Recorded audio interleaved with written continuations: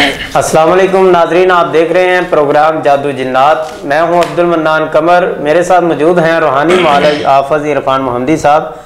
आज की मुलाकात में हम जानेंगे कि मोहम्मदी साहब ये बताएं, अगर कोई बच्चा या बड़ा बाज़ औक़ात सोते हुए वो डर जाते हैं तो इसकी क्या वजह हो सकती है? क्या वो शैतानी असर हो सकता है या कोई और मसला हो सकता है? बिस्मिल्लाहिर्रहमानिर्रहीम।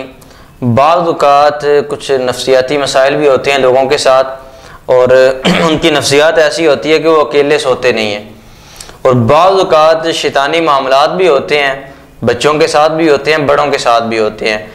अमूमन बच्चे रात को सोते होते हैं तो उनको डर भी लगता है, चीखें भी मारते हैं और उनको झटके भी लगते हैं। तो ये जो मसला है ये शैतानी मसला है। तो बच्चों को सुबह शाम दम करने से ये मसला ख़त्म हो जाता है। और एक दुआ है छोटी सी, उस दुआ को याद करना चाहिए और बच्चों को याद करवानी चाहिए। सहाबा-ए-किराम रिज़वानुल्लाह अलैहिम अजमाइन कहते हैं कि हमारे बच्चे जब भी कुछ बोलने के काबिल होते तो हम सबसे पहले अपने बच्चों को ये दुआ याद करवाते थे। अब देखें, सहाबा-ए-किराम के बच्चों को ये दुआ याद थी, हमारे बड़ों को ये दुआ नहीं याद। छोटी सी दुआ है, आऊज़ु बिकलिमातिल्लाहि ताम्माति मिन ग़ज़बिही व इक़ाबिही व शर्रि इबादिही व मिन हमाज़ाति शयातीन व अन यहज़ुरुन। ये दुआ है घबराहट की दुआ। बच्चों को ये दुआ याद करवा दें। बच्चों को कहें कि बेटा आपने सोने से पहले ये दुआ पढ़ के सोना है। जब बच्चे ये दुआ पढ़ के सोएंगे तो अल्लाह के फजल से उनको कोई मसला नहीं होगा। अगर बच्चे ज़्यादा छोटे हैं, वो दुआ नहीं पढ़ सकते, अभी वो बातें नहीं करते, तो वालिदैन का हक बनता है कि वो बच्चों को ये दुआ और आयतुल कुर्सी और आखिरी 3 सूरतें सोने से पहले पढ़ के दम कर दें। तो बच्चे अल्लाह के फजल से रात को नहीं डरेंगे, चीखें नहीं मारेंगे, बच्चे ज़िद भी नहीं करेंगे। और इसी तरह बाज़ औक़ात बड़े लोगों के साथ भी ये मसाइल होते हैं। तो इसी तरह सोते वक्त सीने के ऊपर दबाव पड़ता है और इसी तरह झटका भी लगता है। तो ये शैतानी मसला है। अल जिन्न अल जसूम, जसूम जो जिन्न है ना, ये जब इंसान सोया होता है तो इसके सीने के ऊपर आके वजन डाल देता है।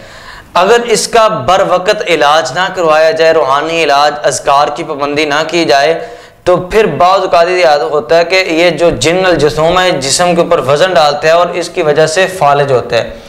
फालिज जो है ये भी जिन्नाती मरज़ है।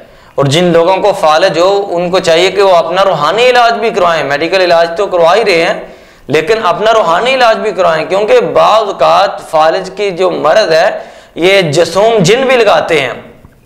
तो उसके लिए ये है कि सोने से पहले बावुज़ू हो जाएं, वुज़ू करके सोएं, और इससे पहले शाम के जो अज़कार है वो भी करें और सोने के जो अज़कार हैं वो भी करें। और इसी तरह आखिरी 3 सूरतें 3-3 मरतबा पढ़ के, आयतुल कुर्सी 3 मरतबा पढ़ के, अपने हाथों के ऊपर फूंक मार के अपने जिस्म पे मार लें, तो इंशाल्लाह अल्लाह के फजल से बड़े भी नहीं डरेंगे और रात को सोते वक्त सीने के ऊपर वजन भी नहीं पड़ेगा, दुआ भी नहीं पड़ेगा। और अगर ना चाहते हुए भी रात को आप ये काम करके भी सोए हैं, क्योंकि जब जिन्नात का अटैक होता है तो फिर इंसान पढ़ाई भी करता है तो फिर भी उसके असरात हो जाते हैं। तो फिर उसके लिए कि जब भी आपको घबराहट फील हो, इस दुआ को पढ़ ले, आऊज़ु बिकलिमातिल्लाहि ताम्माति मिन ग़ज़बिही व इक़ाबिही व शर्रि इबादिही व मिन हमाज़ाति शयातीन व यहज़ुरुन। इस दुआ को पढ़ने से अल्लाह के फजल से घबराहट भी नहीं होगी। तो ये अमल करें, इंशाअल्लाह अल्लाह अपना फजल फरमाएगा, अल्लाह अपनी रहमत फरमाएगा, क्योंकि नबी सल्लल्लाहु अलैहि वसल्लम का ये तरीका है। सईदा आयशा रज़ियल्लाहु अन्हा कहते हैं अल्लाह के नबी जब भी अपने बिस्तर पे जाते तो ये दुआएं पढ़ के फिर जाते, और इसी तरह अपने बिस्तर को झाड़ के सोएं। बाज़ औक़ात ये होता है कि बिस्तर उसी तरह पड़ा है, रात को उसी के ऊपर जाकर लेट जाते हैं, हालांकि अल्लाह के नबी अलैहिस्सलातु वस्सलाम का ये तरीका नहीं था।